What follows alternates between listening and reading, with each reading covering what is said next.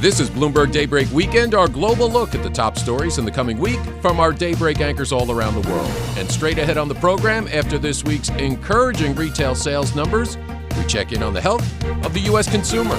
I'm Tom Busby in New York. I'm Caroline Hepker here in London, where we're asking what's next for the UK retail sector. I'm Doug Krisner. We map out what comes next for the Bank of Japan.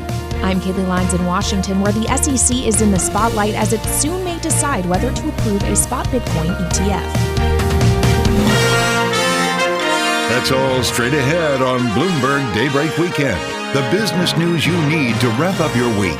Available on Apple, Spotify, the Bloomberg Business app, and everywhere you get your podcasts. Good day to you. I'm Tom Busby. It's the most wonderful time of the year, for retailers anyway. So we begin today's program with a look at the U.S. retail sector and the strength of the U.S. consumer. Last week's unexpected rise in retail sales for November, a welcome sign as we enter the final shopping week of the holiday season. And for more, we're joined by economist Estelle O of Bloomberg Economics and Bloomberg Intelligence retail analyst Abigail Gilmartin. Thank you both for being here. All right, Estelle, we're going to start with you. After that early Christmas gift last week from the Fed, signaling several interest rate cuts in the new year, solid jobs data, the unemployment rate down to 3.7% last month, and retail sales in November up more than 4% year over year. How is the U.S. consumer doing right now? Thanks, Tom. Yeah, so the U.S. consumer right now is still continuing their spending momentum from over the summer, but we're seeing that the consumer is still remaining under pressure, even with this week's upbeat retail sales report. And that's because when we look under the hood of the retail sales report, we see that most of the strength is actually coming from non-store retail sales and food services retail sales categories. What this means is that, consumers are still very much bargain hunting online, where when you're online, you can compare prices much more easily between stores, and also still not really purchasing big ticket items that are sensitive to interest rates right now. So they're not purchasing large home appliances that require more credit card spending, and they're also not purchasing more larger electronic products at this time of the year, where you would expect more big ticket discretionary purchases. So overall, Tom, we still think that the U.S. consumer health is still more fragile than it was at the very beginning of the year. And could many consumers, especially younger ones, be kind of hurting themselves, relying a little too much on credit cards, buy now, pay later plans for their spending habits? Absolutely, Tom. In fact, we actually think that with the increase in interest rates, there's a risk that, household debt servicing cost as a ratio of income. That's, the interest rate you would have to pay on your credit card balances could rise to at least, 11 or 12% by year end next year, even if the labor market stays cool and the Fed, as you know, may cut interest, even if the Fed cuts interest rates, as they suggested they might do earlier this week.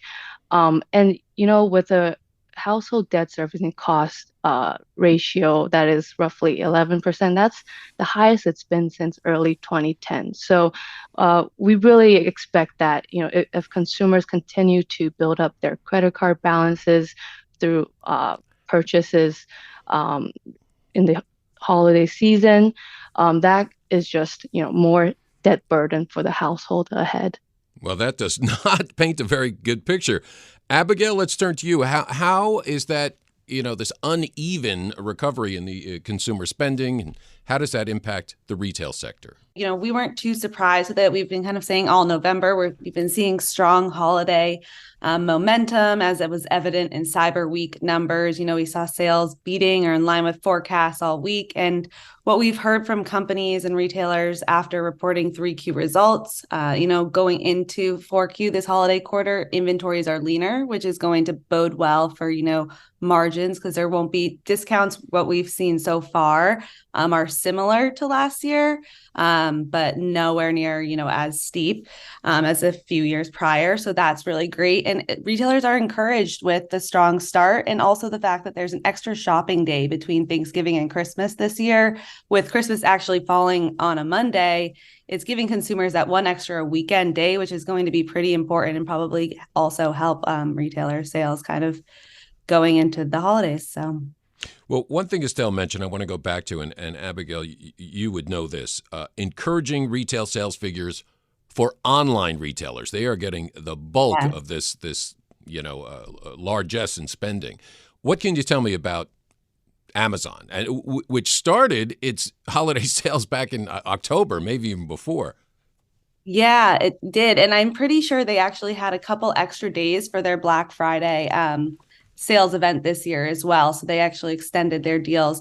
But at the same time, their deals were in line or even, less than last year. And we think that's because they were spread out over a longer time. So they're just trying to draw those sales earlier in the month versus, later now where things are about to get congested. But yeah, the shift to online, it's persisting from COVID. And we're seeing consumers really value convenience and speed. And those are two big things that are going to be driving holiday spending this year. And Amazon really hits both of those on the head and provides that to customers. So we're not surprised. We saw that online retailers were doing strong over Cyber Week and even on Thanksgiving and Black Friday. We saw stores were strong, but online was just as strong on Black Friday. So I think it bodes well for Amazon. But yeah, I think it's really that value and convenience that's helping there. Now, conversely, one big name, Etsy, the craft retailer, not doing as well, just announced some layoffs. Yeah, so they announced some layoffs. They're going back to their staffing back in 2022, similar levels. But they did, they raised guidance. They raised GMV guidance and profit guidance, which I think went a little unnoticed just due to the cost cuts, as well as they still see 2 to 3% sales revenue gains in 4Q. So some good and bad things there, but we think in the long run, it's what they need to drive profitable growth going forward. Estelle, I want to go back to you and the impact of lower gasoline prices and how that has helped retailers. Maybe consumers feeling a little more emboldened to spend more. They're spending a lot less at the gas pump now. We did some estimates on our team of how much of a contribution the recent decline in oil prices may have boosted spending space in consumers' wallet. And we estimate that, depending on how long lower gas prices last and how much further they drop, they could potentially see savings that range from $20 per month to almost $100 per month per household, and that's quite a bit of stimulus that's being provided to consumers during the holiday season. And another sector that did well, and these are in the numbers for November, bars and restaurants. People they want to get out, they want to eat, they want to drink, they want to see other people. Absolutely right. That's actually a continuation from what we've been seeing throughout the most of the year, where the services sector has been quite the pillar of strength for the U.S. economy. But we do expect that to slow down as, again, households see increased debt burdens and higher interest rate costs. Abigail, I want to go back to you. I want to talk about some of the retailers that are doing well. Maybe some aren't, and we can start with some of the biggest like Walmart, Target, some other discount, and then also the traditional department stores. So 1 week left of shopping. How are these retailers doing? They're doing good. I think retailers are going out to, mass merchants, like she said. Consumers are still looking to buy, the necessities. And I think that's where Walmart will continue to benefit, as well as with this value proposition. I think department stores are coming out, they're really going strong for the holiday with experiences as well, which, back to kind of what you mentioned with restaurants and services, consumers are still seeking those experiences this holiday season. And the more that those retailers can start to provide them, we think that that'll bode really well. But I think what's really going to be driving any kind of winners or losers this year is going to be the value proposition that they're offering shoppers. Like, she mentioned they're under pressure. We're still seeing some strong sales results, but it's where the deals are. Where are they going to get the best bang for their buck? So the more that they can kind of provide that, the more that we think they'll do well. And do you think some of the smaller retailers, the mom and pop stores, how are they faring against the big names? Yeah, I think, I think with the younger generations, they're actually doing well. Younger generations are looking for those kind of one-off shops where they can find something unique, which is always good for those mom and pop retailers, but they're going to be having to compete with these larger retailers for the price. And it's going to be a little harder for them to kind of have that discount down compared to some other retailers that have the scale and are able to drive that more. So they'll definitely be pressured going forward. But the more they can leverage Amazon with Amazon, Amazon Today, kind of in that sense that they're kind of still getting some of that online sales. Well, with 1 week left, a lot to look forward to. Our thanks to economist Estelle O of Bloomberg Economics and Bloomberg Intelligence retail analyst Abigail Gilmartin. Coming up on Bloomberg Daybreak Weekend, we continue looking at the retail sector and get a view from the perspective of European shoppers. I'm Tom Busby, and this is Bloomberg.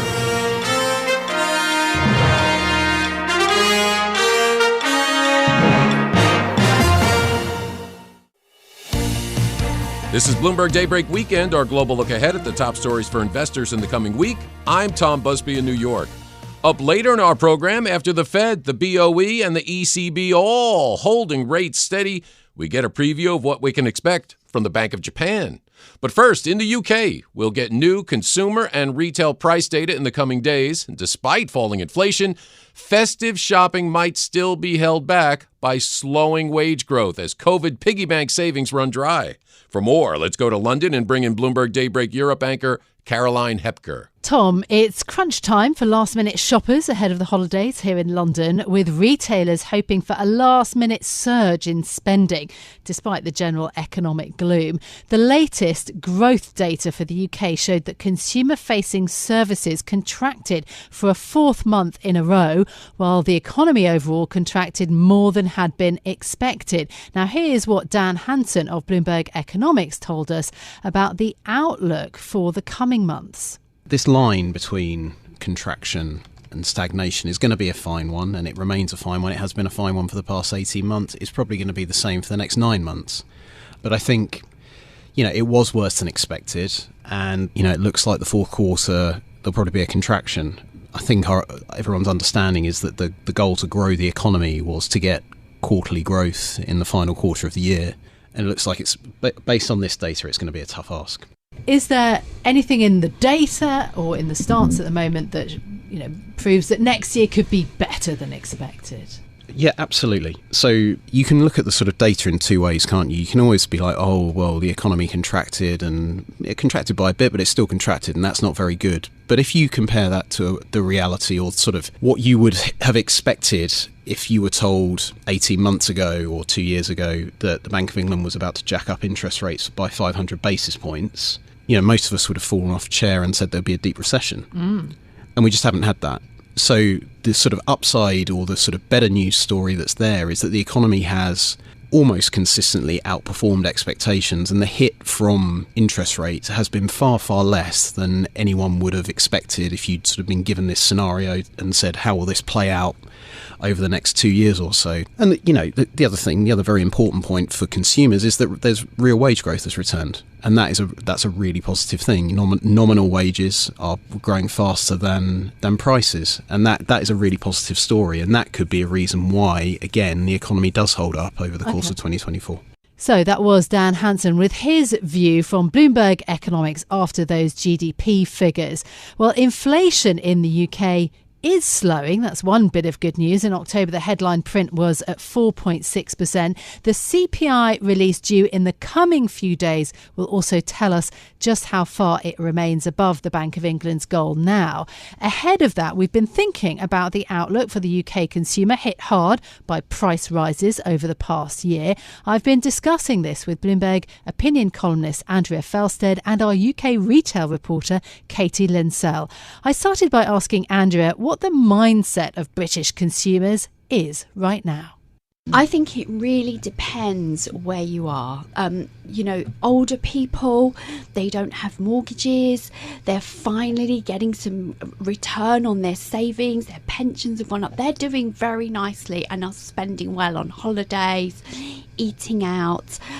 Midlife families, much more difficult. They've got a mortgage. Inflation hasn't gone away.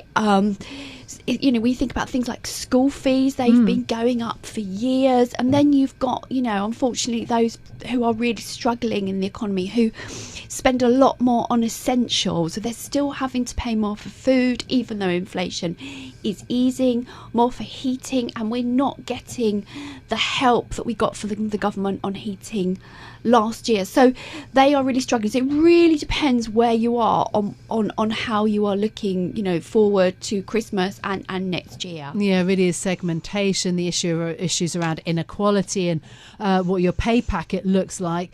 Katie, the UK consumer, having said that, has been quite broadly resilient. What's the outlook for the coming months as far as you're concerned? I think exactly as Andrea said, this is the time when people are going to be spending on Christmas within their means as much as they can.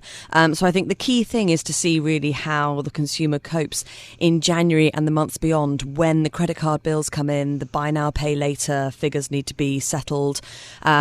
We have seen that figures from PwC say that Christmas spending is going to be down 13% to £20 billion in the UK. And so shoppers are sort of pulling back a bit. And I think it's going to be interesting to see how they cope in the months when the bills come due. Oh yeah, the buy now, pay later. Yes, that's a big issue. But on the other side of things, luxury. Andrew, you keep a close watch on this sector amongst others in retail. Are there those sectors that remain robust? The only sector of retail that really seems to be remaining robust is that catering to the very wealthiest echelon in society. So we had Brunello Cucinelli makes very expensive cashmere.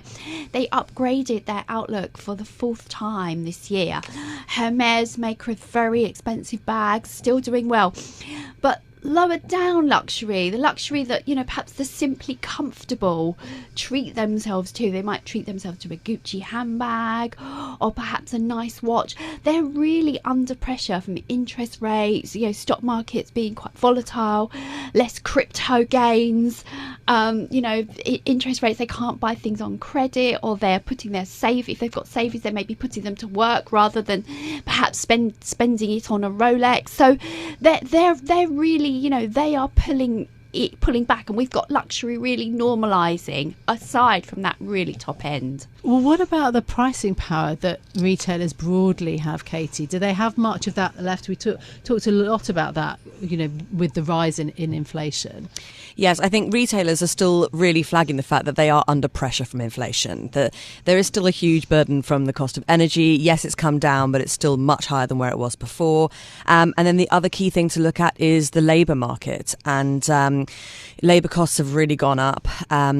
Also, we can look to the fact that we had the recent Awesome statement announcing that from April we will see a rise in the national living wage. And we had a piece recently out from saying that retailers are really not best pleased in a way about this burden. They have a huge workforce, and that's really going to push up their costs. And I think therefore we can actually expect that inflation won't necessarily come down.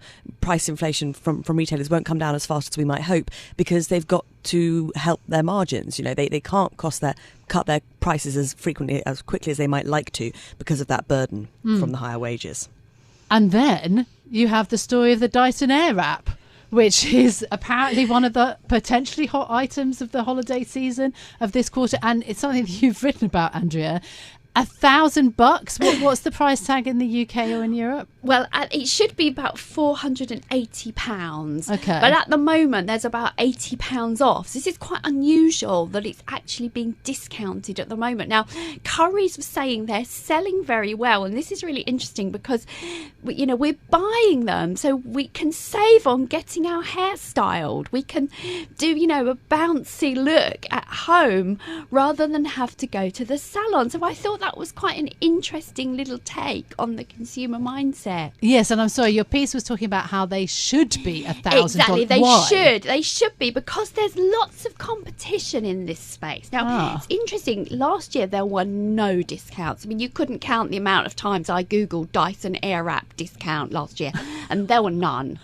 But this year, there were a lot of discounts. There's a lot of competition out there. So to stay ahead of the curve, Dyson needs to reinvent itself as a luxury brand. Thanks to Bloomberg's consumer goods opinion columnist Andrea Felsted and our UK retail reporter Katie Linsell. I'm Caroline Hepker here in London. You can catch us every weekday morning for Bloomberg Daybreak Europe, beginning at 6 a.m. in London. That's 1 a.m. on Wall Street. Tom. Thanks, Caroline. And coming up on Bloomberg Daybreak Weekend, we preview the upcoming rate decision out of the Bank of Japan. I'm Tom Busby, and this is Bloomberg.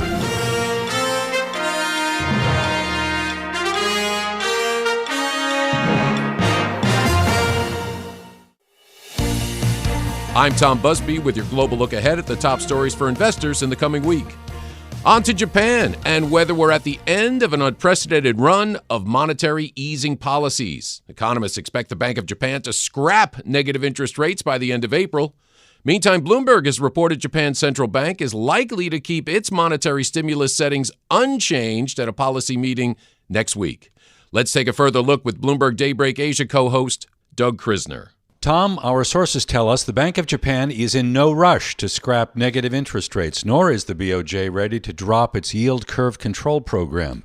Now, this does counter market speculation a bit. There have been bets on the BOJ shifting to end negative interest rates, and some were saying it could happen as soon as this meeting. But what we are told is that the BOJ has yet to see enough evidence of wage growth, and wage growth would support the notion of sustainable inflation.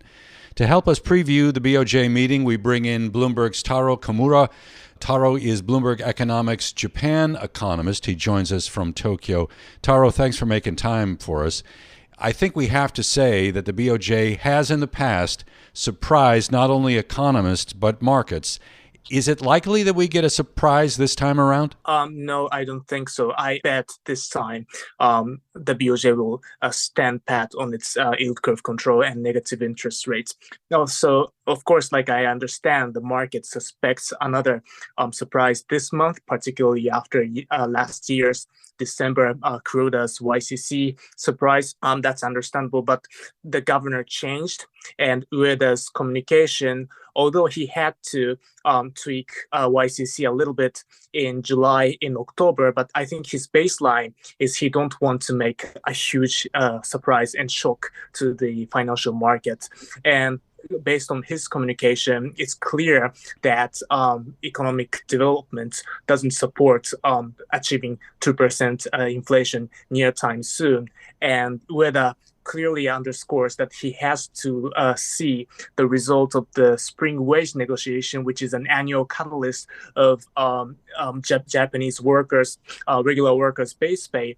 So that's why he at least has to wait until April before scrapping YCC at negative rates instead of this month. So Governor Ueda, the head of the BOJ, has a long history with the Bank of Japan, and I think it's fair to say that he understands the danger of moving hastily. Am I right on that? Right, absolutely. Looking back the BOJ's history, there are two painful experiences in which the BOJ was hugely criticized as their exits were hasty.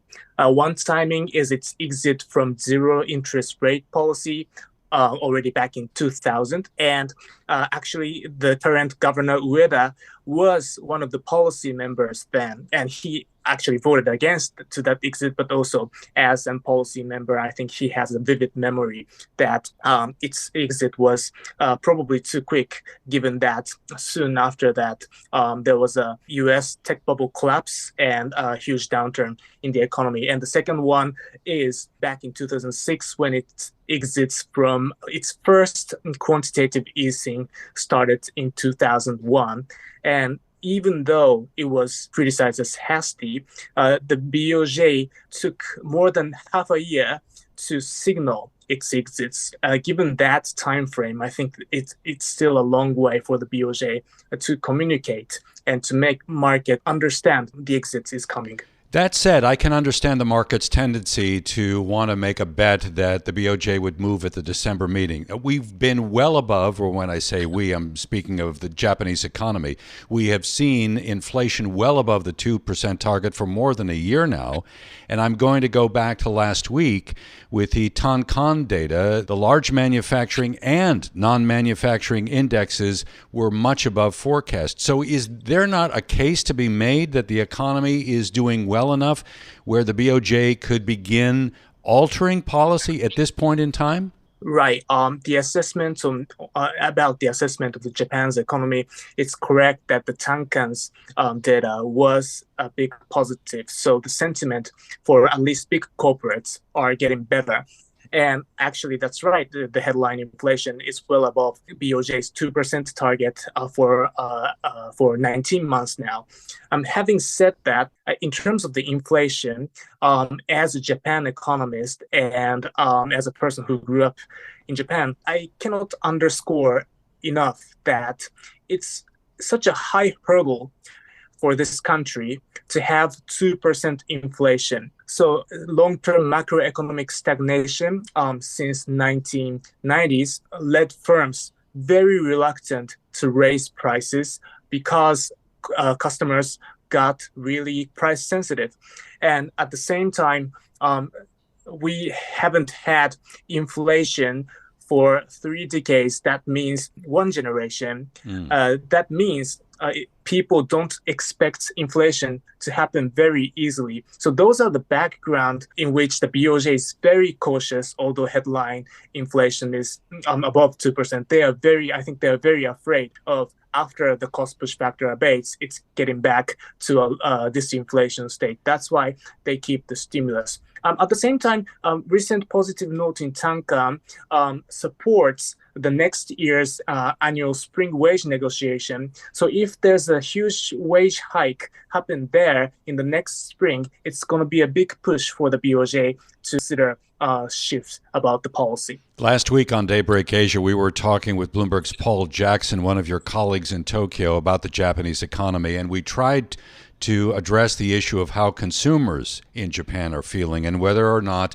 Mr. and Mrs. Watanabe are optimistic about the economy. Here's what Paul had to say. They're not happy at all. The popularity and support for the Prime Minister has been at historic record lows for his administration, and he's been pulling out all the stops with subsidies to try and lower the impact of inflation. So the inflation rate actually would be significantly higher without these government subsidies. This, of course, has created a lot of conflicting signals for the public.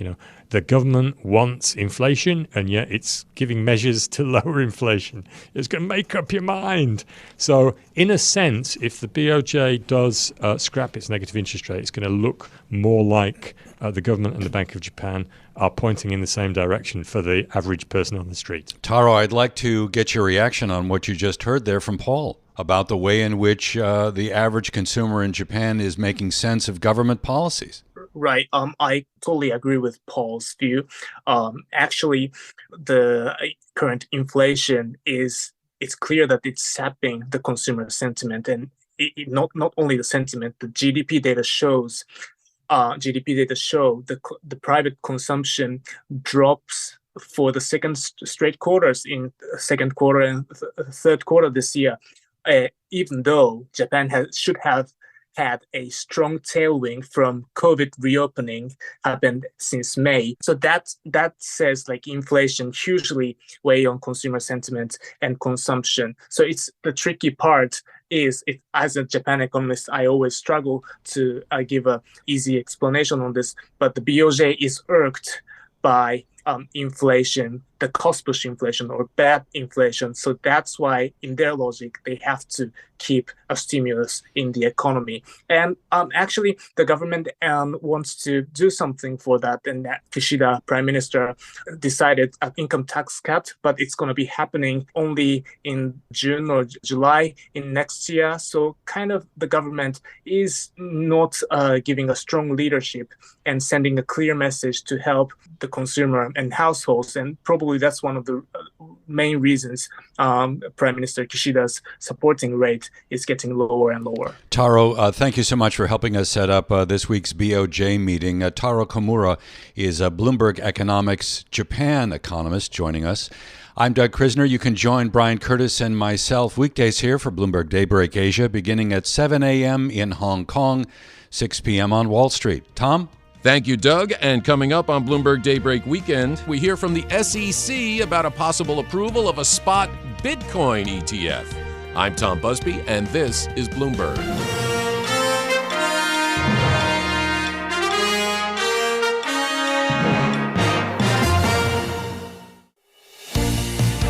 This is Bloomberg Daybreak Weekend, our global look ahead at the top stories for investors in the coming week. I'm Tom Busby in New York. Anticipation of a new wave of investors has Bitcoin booming once again. Key to the newfound optimism, indications that the U.S. will likely soon approve exchange-traded funds that invest directly in the cryptocurrency. For more, let's head to our Bloomberg 99.1 newsroom in Washington and Bloomberg Sound On co-host Kaylee Lines. Yeah, Tom, so often here in Washington, we talk about politics because this is where the politicians are. But it's also where the regulators are. And one in particular has been in the spotlight, the SEC. There's a big question around whether the Securities and Exchange Commission may be getting close to doing something it hasn't done yet, finally approving a spot Bitcoin ETF. I actually asked the SEC Chair Gary Gensler about that this past week. We have, I think, somewhere between 8 and a dozen filings in front of this agency with regard to exchange-traded products around Bitcoin. And the staff of the various divisions respond when market participants have filings. We also had a court case earlier this fall in this regard. And so we do things according to our authorities and how courts interpret our authorities. And that's what we'll do here as well. The court case he is alluding to, by the way, is the Grayscale case. Long story short, Grayscale wanted to convert its Bitcoin investment trust, GBTC, into a spot ETF. The SEC originally said no, so Grayscale sued. And a judge ruled that the SEC was arbitrary and capricious, that's a quote, in its rejection. So the prevailing thinking is that Grayscale's finally going to be able to convert, and that opens the door to other spot ETFs being approved. Let's get more on this with an actual expert. James Stafert is joining us. He's an ETF analyst for Bloomberg Intelligence. All right, James, is this going to happen and when? Yeah, so first of all, I want to commend you on getting a very unique and differentiated response from Gensler on this topic. He's notorious for giving a lot of long-winded non-answers. So that was not exactly a clear, straightforward answer, but it was better than most people get. So well, good job on that front. Yeah, so we basically since the beginning of October, even since August, we've been saying we think this is going to happen in January because we thought Grayscale was going to win this case. In October, we went to 90% odds that we'd see approvals on this front for spot Bitcoin ETFs by January 10th. There's been some moves by the SEC, by Gensler's SEC, in the recent weeks, and it's really looking like these things are going to be approved. And we could see those orders come down anywhere from January 8th to January 10th if we're really narrowing in on this window. So things are looking good and looking like our call is going to be correct. But there's no guarantees here, but that's the way things are looking right now. And based on his quote that he gave you there, that sounds pretty promising that he's basically going to listen to the courts. Yeah, well, he may not have a choice when all is said and done. But as we just heard from Chair Gensler, there are a lot of these filings in front of him. So in front of the commission more broadly. And I wonder if it's going to be an idea where Grayscale won the battle, everybody else gets to win the war. Who gets to go first? Does everybody get to go all at once? Assuming it is going to be approval, are they all going to get approved at the same time? How do you see this working? Yeah, so we've been pretty vocal in thinking that they're going to approve all at once. Basically, the way they approved Bitcoin futures ETFs was they let it go first come, first serve, and ProShares was the first come in that case. And they've basically become dominant in the space. They are the only game in town for the most part when you look at trading liquidity and volume and assets for Bitcoin futures ETFs. So they learned from that, and they basically don't want to be a kingmaker. We saw this when they allowed futures ETFs in October. They allowed everyone to go at once.